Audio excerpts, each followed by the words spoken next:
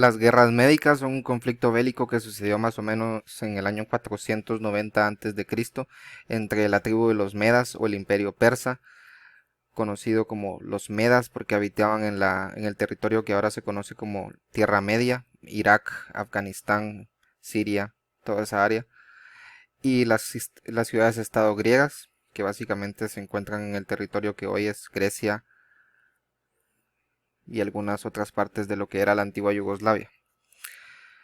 Básicamente lo que habría que entender antes de empezar esto es que era un conflicto bélico entre dos pueblos distintos, en donde los persas eran un imperio formado, un imperio autócrata gobernado por un sátrapa que básicamente gobernaba a su antojo, y las ciudades-estado griegas que no eran como el imperio persa consolidadas, sino que eran pequeñas ciudades, Esparta, Atenas, que tenían su propio sistema político, su propio sistema social, sus propias costumbres, muy parecidas entre sí en algunos casos, pero en otros casos diferían entre sus objetivos o entre sus principales aportes hacia la humanidad o sus principales ejes económicos. Por lo tanto, aunque tenían cierta identificación, eran ciudades aparte. Tenían conflictos entre ellas y todo lo que cualquier ciudad aledaña puede tener entre sí. ¿Cómo puedo relacionar esto con lo que está pasando actualmente con el coronavirus? ¿Cómo puedo yo poder explicar algo que tenga que ver con esto? Básicamente al final del video van a ver algunas comparaciones, pero quisiera seguir con este tema de avanzar en lo que las guerras médicas y la filosofía griega dio al conocimiento mundial y cómo esto sigue siendo válido en la actualidad. Antes de continuar con lo que representaban las guerras médicas, pues nos vamos a referir un poco a las polis griegas y básicamente vamos a decir de que en la época que estaba pasando eso, más o menos el 490 antes de Cristo, la filosofía griega estaba avanzando hacia lugares que nunca ninguna otra cultura había logrado. Básicamente, como yo empiezo cualquier clase de filosofía con los presocráticos, yo diría que cuando todo lo demás estuvo bien, cuando la sociedad estuvo estable, cuando había un sistema económico que pujaba, cuando había un cierto orden entre la sociedad, cuando había una cultura, entonces las personas se podían dar el lujo de dedicarse pensar, a pensar. Eso es lo que forma o como da inicio la filosofía griega. Digamos que los griegos tenían un sentido bastante melancólico de la vida, eran muy conscientes de ese aspecto sombrío de nuestra existencia. Y eso les dio como el paso a poder saber ciertas verdades que se van a aplicar en las guerras médicas y que luego se van a aplicar o se pueden aplicar en este momento de la historia. Y cuando hablo de ese lado melancólico del griego, pues me refiero más a esa percepción que tenían del constante proceso del cambio que existía en la naturaleza, esa transición de la vida a la muerte y de la muerte a la vida. Les ayudó a concentrarse en que si algo cambiaba, tenía que haber algo que permanecía. Cualquier cosa que cambia tiene que cambiar de un punto hacia otro punto. Y para cambiar de eso, pues no puede desaparecer en el intermedio, sino tiene que haber un constante proceso de transformación. Y por lo tanto, en ese proceso de transformación tiene que haber algo que permanezca, algo primordial, algo que no mute. Y ahí es donde ellos empezaron a pensar en ese concepto importantísimo que es el de la idea de la unidad.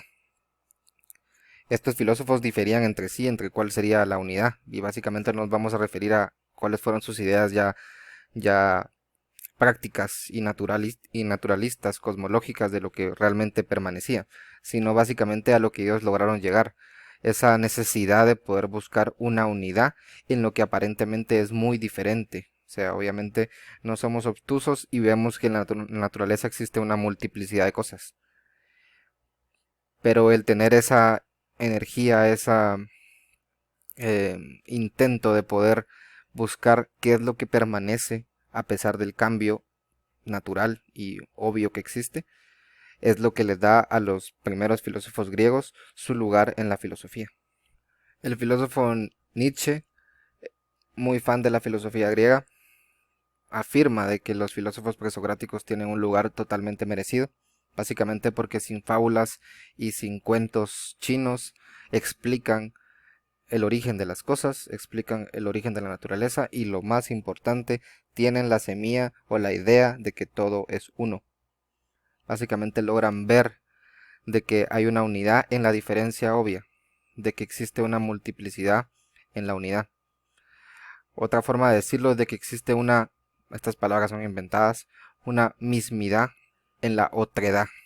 Básicamente como seres humanos nos cuesta un poco a veces ser suficientemente empáticos porque es básicamente imposible poder entender al 100% a alguien más. Cuesta bastante el poder entender desde otro punto de vista. Esta idea de la mismidad en la otredad, es decir, que existe una unidad que no cambia entre dos cosas distintas. Y eso básicamente es lo que le da a los presocráticos un verdadero posicionamiento en la filosofía. Pero cómo esto se aúna a las guerras médicas. Pues esto ya lo podemos ver en la obra famosa de el primer trágico eh, griego, Esquilo, una obra que escribió más o menos en el 472 a.C. que se llama Los Persas. Esta obra pues fue escrita después del conflicto que ya existió entre las polis griegas y los persas. Básicamente aquí ya se denota ya el triunfo de Grecia sobre la invasión. Y ya hablo de Grecia y no ciudades-estado porque ellos encontraron la forma de poder identificarse entre ellos como compatriotas, aunque la palabra no se adecue exactamente, como que compartían ciertas cosas en común, que básicamente ellos se identificaban entre sí como iguales en contra de un enemigo invasor que era totalmente distinto, que no compartía ni sus dioses, ni su cultura, ni su terreno. Y por lo tanto, después de muchos años de separación entre las polis griegas, porque tenían su propio orgullo, su propio nacionalismo, lograron encontrar esa identificación que les permitió luchar en conjunto contra un invasor. Ya las metáforas que ustedes ya pueden empezar a encontrar sobre las palabras nacionalismo, sobre la palabra unidad, sobre la palabra invasor, pues ya quizá las vamos a ir aclarando un poco más en el video, pero ya hay un pequeño germen de cómo se va a ir relacionando esto con toda la situación actual. Entonces, básicamente, para terminar esta parte, podríamos decir de que la filosofía griega, la filosofía antes de Platón y Aristóteles, que son los grandes estandartes de la filosofía clásica griega, donde culmina básicamente todo esto, empiezan con el germen de los presocráticos, empiezan con la idea de la unidad en la diferencia, empiezan con esa energía de poder buscar lo que permanecía en lo que cambiaba. Y ahí es como surge esta conciencia en el griego, en los griegos que habitaban en sus polis distintas, para poder encontrar esa unidad. Es decir, surge no de la nada, sino surge de un conocimiento de entender las cosas y poder aplicarlas a otros ámbitos. Es por eso que la filosofía, aunque inofensiva en algunos puntos, aunque aburrida para otros, puede tener mucha más aplicación de la que creemos. Y esto se va a relacionar con lo que va a seguir, que ya es la actualidad. Entonces vamos a decir de que la epidemia que ahorita estamos viviendo, conocida mejor como el coronavirus, la podemos entender como una invasión de algo externo. Básicamente podríamos entender muy metafóricamente al coronavirus como la invasión de los persas a la ciudad-estado griega. ¿Y por qué lo puedo entender así?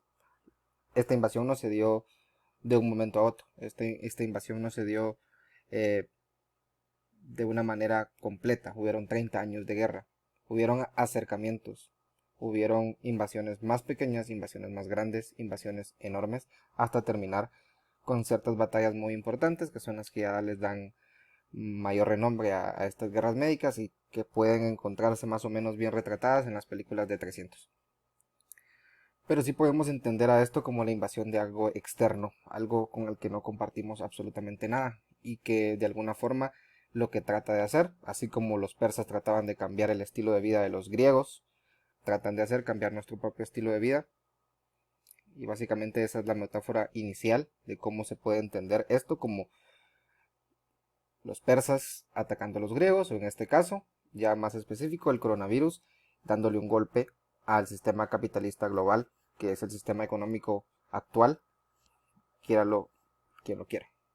Y lo que nos da todo esto es básicamente una llamada, una señal que nos dice que básicamente las cosas como están sucediendo ahorita no pueden continuar si no quiero que esto empeore. Básicamente los griegos tuvieron que tener ese espacio de tiempo, en esa conciencia, en donde solos, separados y desunidos no iban a lograr absolutamente nada contra una invasión de un enemigo por demás mucho más grande que ellos. Entonces el coronavirus es básicamente este golpe que recibieron los griegos, que se encontraban en la cúspide de su cultura, en la cúspide de su sociedad, por parte de un pueblo que ellos consideraban totalmente bárbaros y totalmente más allá de bajos, en poder quitarle su propio estilo de vida. Básicamente este es el golpe que le está dando un virus al sistema capitalista global, de que las cosas no pueden continuar como están. Y pues este virus no viene solo, no viene en la parte obvia, que es la parte médica, en la parte biológica, sino que también trae una explosión de virus ideológicos, como yo les podría decir, en donde existe una gran cantidad de estos virus que podríamos decirles, por ejemplo, las fake news, el nacionalismo, el racismo, la xenofobia, que básicamente están invadiendo también a las sociedades, no simplemente un virus biológico, sino también estos virus ideológicos. La necesidad de esta cuarentena global pues no hace más que remarcar más estos virus ideológicos y muestra que básicamente lo que se está haciendo es hacer una distinción entre los enemigos, aquellas personas que están infectadas y las personas que no quieren perder su propio estilo de vida.